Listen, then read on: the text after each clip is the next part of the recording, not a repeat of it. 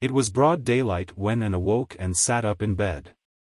Staring confusedly at the window through which a flood of cheery sunshine was pouring and outside of which something white and feathery waved across glimpses of blue sky. For a moment she could not remember where she was. First came a delightful thrill, as something very pleasant, then a horrible remembrance. This was Green Gables and they didn't want her because she wasn't a boy. But it was morning and, yes, it was a cherry tree in full bloom outside of her window. With a bound she was out of bed and across the floor. She pushed up the sash. It went up stiffly and creakily, as if it hadn't been opened for a long time, which was the case, and it stuck so tight that nothing was needed to hold it up. And dropped on her knees and gazed out into the June morning, her eyes glistening with delight. Oh, wasn't it beautiful? Wasn't it a lovely place? Suppose she wasn't really going to stay here. She would imagine she was. There was scope for imagination here. A huge cherry tree grew outside, so close that its boughs tapped against the house, and it was so thick-set with blossoms that hardly a leaf was to be seen. On both sides of the house was a big orchard, one of apple trees and one of cherry trees, also showered over with blossoms, and their grass was all sprinkled with dandelions. In the garden below were lilac trees purple with flowers, and their dizzily sweet fragrance drifted up to the window on the morning wind. Below the garden a green field lush with clover sloped down to the hollow where the brook ran and where scores of white birches grew, upspringing airily out of an undergrowth suggestive of delightful possibilities in ferns and mosses and woodsy things generally. Beyond it was a hill, green and feathery with spruce and fir. There was a gap in it, where the gray gable end of the little house she had seen from the other side of the lake of shining waters was visible. Off to the left were the big barns and beyond them, away down over green, low-sloping fields, was a sparkling blue glimpse of sea. Anne's beauty-loving eyes lingered on it all, taking everything greedily in. She had looked on so many unlovely places in her life. Poor child, but this was as lovely as anything she had ever dreamed.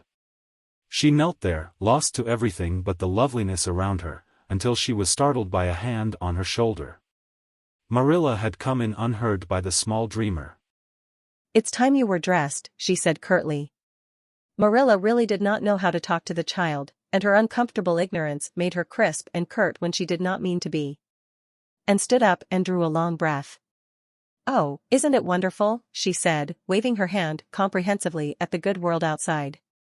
"It's a big tree," said Marilla, "and it blooms great, but the fruit don't amount to much, never, small and wormy."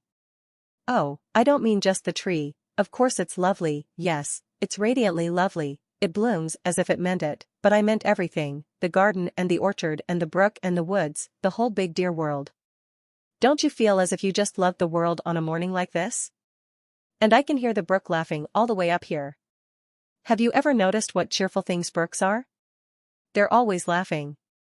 Even in wintertime I've heard them under the ice. I'm so glad there's a brook near Green Gables. Perhaps you think it doesn't make any difference to me when you're not going to keep me, but it does.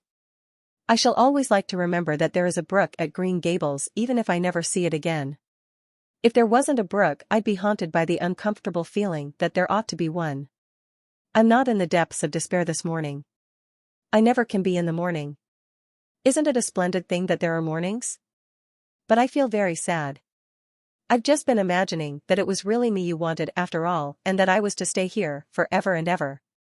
It was a great comfort while it lasted. But the worst of imagining things is that the time comes when you have to stop and that hurts. You'd better get dressed and come downstairs and never mind your imaginings, said Marilla as soon as she could get a word in edgewise. Breakfast is waiting. Wash your face and comb your hair. Leave the window up and turn your bedclothes back over the foot of the bed. Be as smart as you can. And could evidently be smart to some purpose, for she was downstairs in 10 minutes' time, with her clothes neatly on, her hair brushed and braided, her face washed, and a comfortable consciousness pervading her soul that she had fulfilled all Marilla's requirements. As a matter of fact, however, she had forgotten to turn back the bedclothes. I'm pretty hungry this morning, she announced as she slipped into the chair Marilla placed for her. The world doesn't seem such a howling wilderness as it did last night. I'm so glad it's a sunshiny morning. But I like rainy mornings real well, too. All sorts of mornings are interesting, don't you think? You don't know what's going to happen through the day, and there's so much scope for imagination. But I'm glad it's not rainy today because it's easier to be cheerful and bear up under affliction on a sunshiny day. I feel that I have a good deal to bear up under. It's all very well to read about sorrows and imagine yourself living through them heroically, but it's not so nice when you really come to have them, is it? For pity's sake hold your tongue, said Marilla. You talk entirely too much for a little girl. Thereupon Anne held her tongue so obediently and thoroughly that her continued silence made Marilla rather nervous, as if in the presence of something not exactly natural. Matthew also held his tongue, but this was natural, so that the meal was a very silent one. As it progressed and became more and more abstracted, eating mechanically, with her big eyes fixed unswervingly and unseeingly on the sky outside the window. This made Marilla more nervous than ever. She had an uncomfortable feeling that while this odd child's body might be there at the table, her spirit was far away in some remote airy cloudland, borne aloft on the wings of imagination. Who would want such a child about the place? Yet Matthew wished to keep her, of all unaccountable things. Marilla felt that he wanted it just as much this morning as he had the night before, and that he would go on wanting it. That was Matthew's way, take a whim into his head and cling to it with the most amazing silent persistency, a persistency 10 times more potent and effectual in its very silence than if he had talked it out. When the meal was ended and came out of her reverie and offered to wash the dishes. Can you wash dishes right? Asked Marilla distrustfully. Pretty well. I'm better at looking after children, though. I've had so much experience at that.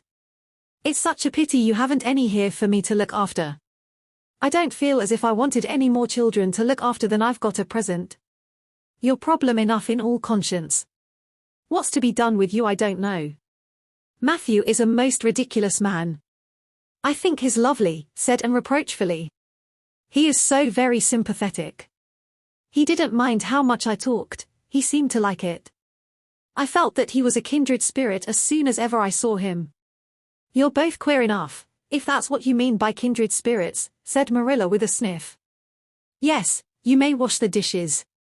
Take plenty of hot water, and be sure you dry them well. I've got enough to attend to this morning, for I'll have to drive over to White Sands in the afternoon and see Mrs. Spencer. You'll come with me and we'll settle what's to be done with you. After you've finished the dishes, go upstairs and make your bed. And washed the dishes deftly enough, as Marilla, who kept a sharp eye on the process, discerned. Later on she made her bed less successfully, for she had never learned the art of wrestling with a feather tick. But it was done somehow and smoothed down, and then Marilla, to get rid of her, told her she might go out of doors and amuse herself until dinner time. And flew to the door, face alight, eyes glowing. On the very threshold she stopped short, wheeled about, came back and sat down by the table, light and glow as effectually blotted out as if someone had clapped an extinguisher on her. What's the matter now? Demanded Marilla. I don't dare go out, said Anne, in the tone of a martyr relinquishing all earthly joys. If I can't stay here, there is no use in my loving Green Gables. And if I go out there and get acquainted with all those trees and flowers and the orchard and the brook, I'll not be able to help loving it. It's hard enough now, so I won't make it any harder. I want to go out so much, everything seems to be calling to me. Anne, come out to us. Anne, we want a playmate, but it's better not. There is no use in loving things if you have to be torn from them, is there? And it's so hard to keep from loving things, isn't it?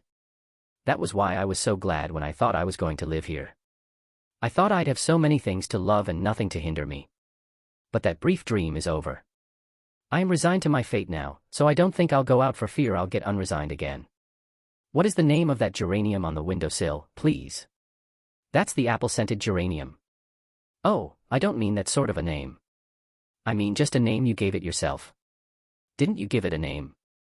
May I give it one then? May I call it, let me see, Bonnie would do, may I call it Bonnie while I'm here? Oh, do let me. Goodness, I don't care. But where on earth is the sense of naming a geranium? Oh, I like things to have handles even if they are only geraniums. It makes them seem more like people. How do you know but that it hurts a geranium's feelings just to be called a geranium and nothing else? You wouldn't like to be called nothing but a woman all the time. Yes, I shall call it Bonnie. I named that cherry tree outside my bedroom window this morning. I called it Snow Queen because it was so white. Of course, it won't always be in blossom, but one can imagine that it is, can't one? I never in all my life say or heard anything to equal her, muttered Marilla, beating a retreat down to the cellar after potatoes. She is kind of interesting, as Matthew says. I can feel already that I'm wondering what on earth she'll say next. She'll be casting a spell over me, too. She's cast it over Matthew. That look he gave me when he went out said everything he said or hinted last night over again. I wish he was like other men and would talk things out. A body could answer back then and argue him into reason. But what's to be done with a man who just looks? And had relapsed into reverie, with her chin in her hands and her eyes on the sky, when Marilla returned from her cellar pilgrimage. There Marilla left her until the early dinner was on the table. I suppose I can have the mare and buggy this afternoon, Matthew, said Marilla. Matthew nodded and looked wistfully at Anne. Marilla intercepted the look and said grimly, I'm going to drive over to White Sands and settle this thing. I'll take Anne with me, and Mrs. Spencer will probably make arrangements to send her back to Nova Scotia at once. I'll set your tea out for you and I'll be home in time to milk the cows. Still Matthew said nothing, and Marilla had a sense of having wasted words and breath.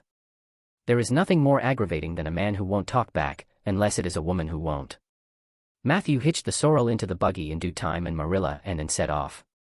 Matthew opened the yard gate for them, and as they drove slowly through, he said, to nobody in particular as it seemed, Little Jerry Buat from the creek was here this morning, and I told him I guessed I'd hire him for the summer.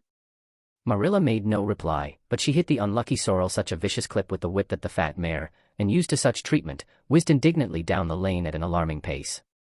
Marilla looked back once as the buggy bounced along and saw that aggravating Matthew leaning over the gate, looking wistfully after them.